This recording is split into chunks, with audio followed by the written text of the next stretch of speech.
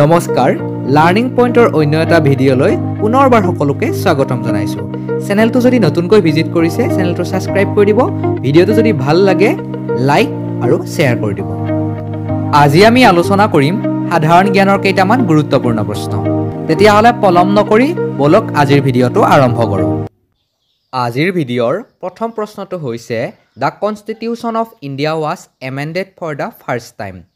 ভাৰতৰ সংবিধানখন প্ৰথমবাৰৰ বাবে সংশোধন কৰা হৈছিল। এই অপশ্যনসমূহৰ ভিতৰত কাৰেক্ট এনচাৰটো হ'ব অপশ্যন এ 1950, অৰ্থাৎ ভাৰতৰ সংবিধানখন 1950 চনত প্ৰথমবাৰৰ বাবে সংশোধন কৰা হৈছিল। নেক্সট কুৱেশ্যনটো হৈছে what was the number of members who attended the first session of the constituent assembly. সংবিধান সভাৰ প্ৰথমখন অধিৱেশনত অংশগ্ৰহণ কৰা সদস্যৰ সংখ্যা কিমান আছিল? এই অপশ্যনসমূহৰ ভিতৰত কাৰেক্ট এনচাৰটো হ'ব অপশ্যন চি 211 জন। নেক্সট কুৱেশ্যনটো হৈছে when was the preamble to the constitution of India amended. ভাৰতৰ সংবিধানৰ প্ৰস্তাৱনা কেতিয়া সংশোধন কৰা হৈছিল? এই অপশ্যনসমূহৰ ভিতৰত কাৰেক্ট এনচাৰটো হ'ব অপশ্যন বি 1976, অৰ্থাৎ 1976 চনত ভাৰতৰ সংবিধানৰ প্ৰস্তাৱনা সংশোধন কৰা হৈছিল। নেক্সট কুৱেশ্যনটো হৈছে who was the father of the constitution of India. ভাৰতীয় সংবিধানৰ জনক কোন? এই অপশ্যনসমূহৰ ভিতৰত কাৰেক্ট এনচাৰটো হ'ব অপশ্যন চি বি.আৰ. আম্বেদকাৰ, অৰ্থাৎ বি.আৰ. আম্বেদকাৰক ভাৰতীয় সংবিধানৰ জনক বুলি কোৱা হয়। নেক্সট কুৱেশ্যনটো হৈছে when did fundamental duties include in the constitution of India. ভাৰতীয় সংবিধানত মৌলিক কৰ্তব্য কেতিয়া অন্তৰ্ভুক্ত কৰা হৈছিল? এই অপশ্যনসমূহৰ ভিতৰত কাৰেক্ট এনচাৰটো হ'ব অপশ্যন ডি 1976, অৰ্থাৎ 1976 চনত 42তম সংশোধনীৰ জৰিয়তে মৌলিক কৰ্তব্য অন্তৰ্ভুক্ত কৰা হৈছিল। নেক্সট কুৱেশ্যনটো হৈছে where is Kalibangan located.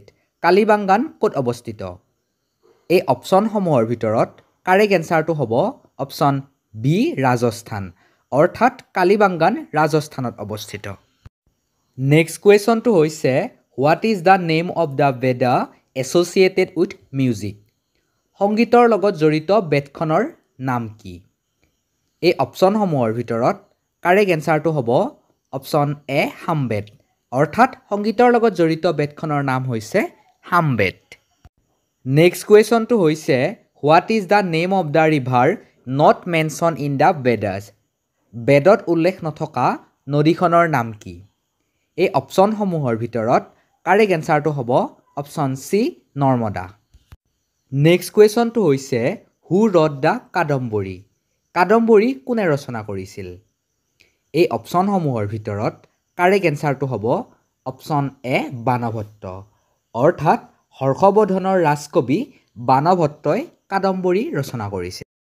Next কুৱেশ্যনটো হৈছে what was the language of the Ramcharitmanas. ৰামচৰিত মানসৰ ভাষা কি আছিল?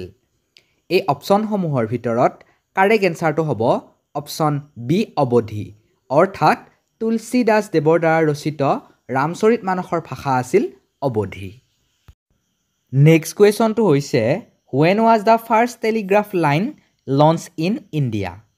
ভাৰতত কেতিয়া প্ৰথম টেলিগ্ৰাফ লাইন আৰম্ভ হৈছিল? এই অপশ্যনসমূহৰ ভিতৰত কাৰেক্ট এনচাৰটো হ'ব অপশ্যন চি 1851ত। নেক্সট কুৱেশ্যনটো হৈছে what is the total area of Asia. Asia মহাদেশৰ মুঠ মাটিকালি কিমান? এই অপশ্যনসমূহৰ ভিতৰত কাৰেক্ট এনচাৰটো হ'ব অপশ্যন ডি 44.6 নিযুত বৰ্গ কিলোমিটাৰ। নেক্সট কুৱেশ্যনটো হৈছে what is the name of the capital of Afghanistan. আফগানিস্তানৰ ৰাজধানীৰ নাম কি? এই অপশ্যনসমূহৰ ভিতৰত কাৰেক্ট এনচাৰটো হ'ব অপশ্যন চি কাবুল, অৰ্থাৎ আফগানিস্তানৰ ৰাজধানীৰ নাম হৈছে কাবুল। নেক্সট কুৱেশ্যনটো হৈছে what is the total number of countries in the world. পৃথিৱীৰ সৰ্বমুঠ দেশৰ সংখ্যা কিমান? এই অপশ্যনসমূহৰ ভিতৰত কাৰেক্ট এনচাৰটো হ'ব অপশ্যন বি 197, অৰ্থাৎ পৃথিৱীৰ সৰ্বমুঠ দেশৰ সংখ্যা হৈছে 197খন। নেক্সট কুৱেশ্যনটো হৈছে what is the name of the smallest country in terms of land area.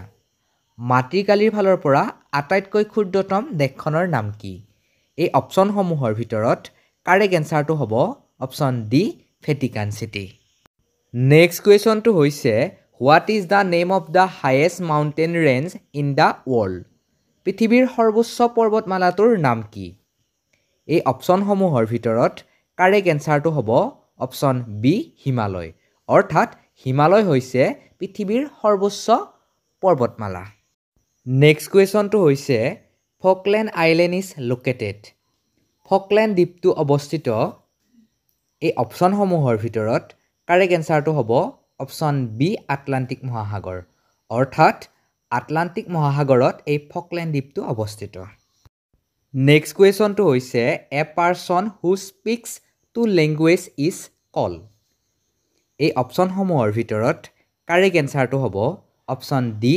বাইলেংগুৱেল অৰ্থাৎ এজন ব্যক্তিয়ে যদি দুটা ভাষা ক'ব পাৰে তাক বাইলেংগুৱেল বুলি কোৱা হয় নেক্সট কুৱেশ্যনটো হৈছে what is a group of sailors call sailors মানে হৈছে নাবিক আৰু এই অপচনসমূহৰ ভিতৰত কাৰেক্ট এনসাৰটো হ'ব অপচন বি ক্ৰিউ মানে হৈছে দল নেক্সট কুৱেশ্যনটো হৈছে already he days the work এইটো যিহেতু প্ৰেজেণ্ট পাৰফেক্ট টেন্সৰ বাক্য গতিকে অপচনসমূহৰ ভিতৰত কাৰেক্ট এনসাৰটো হ'ব option D has done already he has done the work হ'ব নেক্সট কুৱেশ্যনটো হৈছে আই প্ৰিফাৰ কফি ডেছ টি এই অপচনসমূহৰ ভিতৰত কাৰেক্ট এনসাৰটো হ'ব অপচন এ টু অৰ্থাৎ প্ৰিফাৰৰ লগত সদায় টু প্ৰিপজিশ্যনহে ব্যৱহাৰ কৰা হয় আজিৰ ভিডিঅ'ৰ অন্তিমটি প্ৰশ্ন হৈছে your teacher is not satisfied does your studies এই অপচনসমূহৰ ভিতৰত কাৰেক্ট এনসাৰটো হ'ব অপচন চি উইথ অৰ্থাৎ ছেটিছফাইডৰ লগত সদায় উইথ প্ৰিপজিশ্যনটোহে ব্যৱহাৰ কৰা হয় এটি নতুন ভিডিঅ'ত পুনৰবাৰ লগ পোৱাৰ প্ৰতিশ্ৰুতিৰে আজিলৈ বিদায় লৈছোঁ